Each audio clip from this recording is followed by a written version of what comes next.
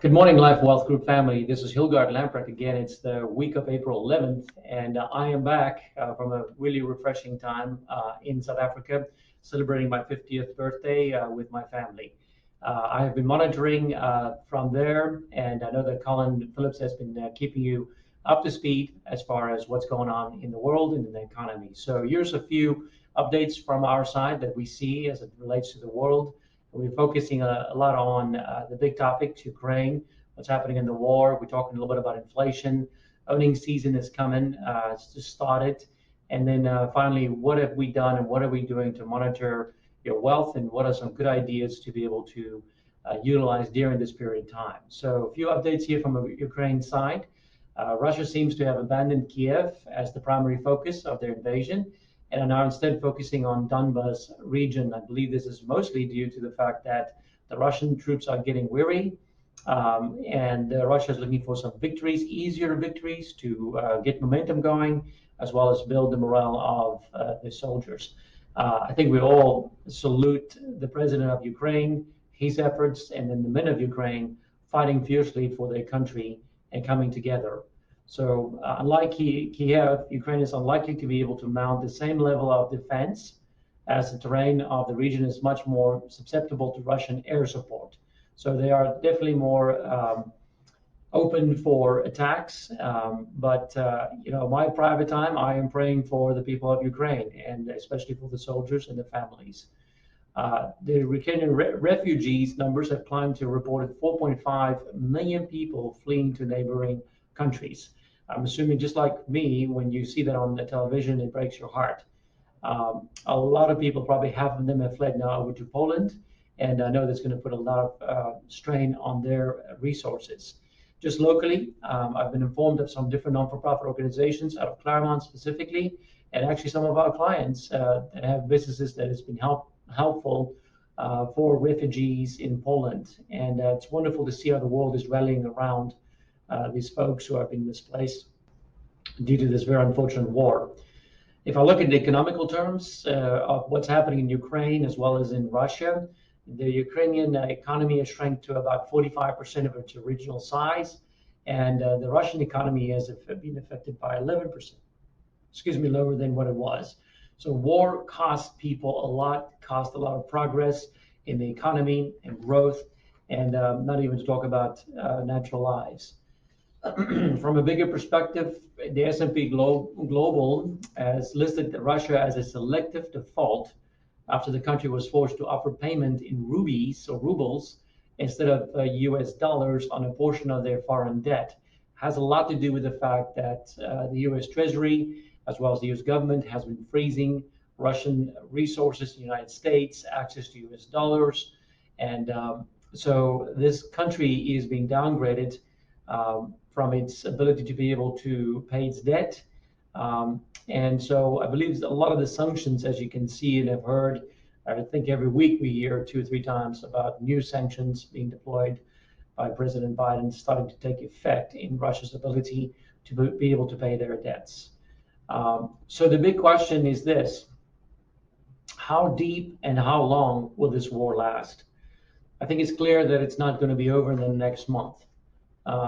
I'm reading between the lines and just looking at media and news reports that this is probably, I don't know, 3 to 6 more months. Hopefully, it will be done by that time. I just know every time negotiations are happening between Russia and Ukraine, it falls very quickly apart due to Russia not abiding by what even was agreed the night before. So we continue to monitor the situation, and particularly the statements made by the world leaders and the breadth of sanctions made. This added volatility, obviously, to the markets, the likelihood of upcoming rate hikes, interest rate hikes. We know that's coming in a big way. And then the continued COVID supply chain issues are driving our current volatility and will continue to do so. So in addition to these ongoing factors, it is earnings season, and it just kicked off this week. And it's going to start with U.S. financials companies that's going to start reporting first. So by that, we'll be able to see what has been the impact of companies. Even with the supply chain issues from last year, companies still reported above expected financial results as they passed on their prices due to inflation onto the end consumer. See the chart yesterday by how much goods have increased in its inflation rate about 20%, and the price of services have increased by 5%.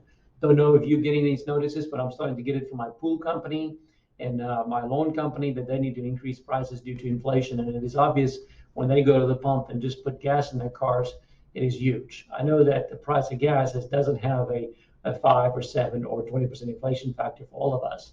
So still a lot of pinch and problems due to this. We are researching, and I'm interested to see, research this, that the U.S. supplies for oil and natural gas, petrol, so we would say in South Africa, gas in our cars, we have enough. And I'm just wondering at what point in time we're going to start seeing the relief at the pump. So let me get back on track here with what's going on in the world. The European Central Bank will also be announcing their latest interest rate decisions that lies ahead for them. So I do believe the European Central Bank is following what America is doing to combat inflation. For the most part, the Europeans will probably kill me for saying this, but they're mostly about 3 to 6 months behind the trends of what we see in the United States. So what are we doing as a result of all this turmoil? I will let you know there are certain portfolios that are actually performing very positively and well during this period of time. Certain strategies that works really, really well. And we have used those strategies in combination with other strategies in our client portfolios. We have a unique possibilities portfolio that's positive for the year to date in the 8 to 9% range, which is the quintessential opposite of everything else. S&P is down 5, NASDAQ is down about 12 still. So we've used alternative strategies to be able to benefit from companies that benefit from high infrastructure investments. We are monitoring the current investments very proactively. We've raised cash to make available to our clients. All the cash distributions up till end of June has been raised in the beginning of the year. That is foregone this drama of market moves ups and downs, and we'll continue to do that. And in July, we'll either raise cash for 6 months or 12 months. Those are the folks who are receiving cash distributions from us, very defensive strategy that's worked very well. We've implemented a lot of downside protection tools. We've had them in the past. We are big promoters of those. These are type of investment tools that were developed in severe down markets called equity indexing, market-linked products like structured notes, all different types of strategies where you can grow wealth, lock it in, and protect it from future downturn. This is what we call stabilizers, and it's been very, very helpful in our client portfolios.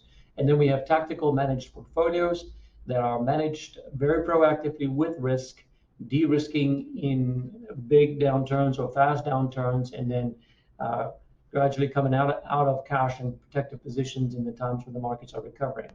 So all in all, the markets is up about, down still about 5% year to date. Worst case scenario has been about -13. I believe we still will see volatility. During this period of time, it is critically important, in my opinion, that you have a financial plan. The financial plan is going to give you the context to be able to make really good investment decisions, preserve your wealth, as well as continue to grow it. Put it in the right context. Because of this, I would encourage our family to please send on this video to friends of yours. Everybody has questions today. Everybody's wondering in what they need to be doing inside their 401k, their IRA, the wealth they set aside. Those folks who are especially 5 years away from retiring, they're very, very, very vulnerable. We'd love to come alongside and help them to be able to put some clarity as well as bring some strategy as to what to do next. We'll continue, my team continue to monitor. We'll continue to do these messages to bring you up to speed as well as to keep you up to date and let you know what we're doing. So here's what I encourage you to do. If you want to look at your own plan that we've set for you and you have got questions, please just call in, speak to Joella and Susan. Happy to schedule a 15-minute conversation with you, review your plan, review your strategy, and just give you assurance that we are tracking very, very well. You can schedule, if you want to pass this video on and somebody wants to schedule a friend, a new family member or friend or colleague wants to schedule a time to visit with us, we'd be happy to do that. You can schedule online at www.thelifewealthgroup.com. www.lifewealthgroup.com. You can schedule right there a time, and we'd be happy to sit down with you for an hour and just see how we can be of help to you and understand your situation. And then please continue to check your emails for upcoming webinar links that we are doing. So we are here for you. We're looking forward, and thank you for the opportunity to serve you and bring confidence and clarity during a time of turmoil. That is what we do for our families. Thank you. Have a great rest of the week, and I'll be speaking with you. And finally, I would say, I hope you celebrate and enjoy Good Friday. This is an important week, and that you enjoy your time with your family. Have a great rest of the week.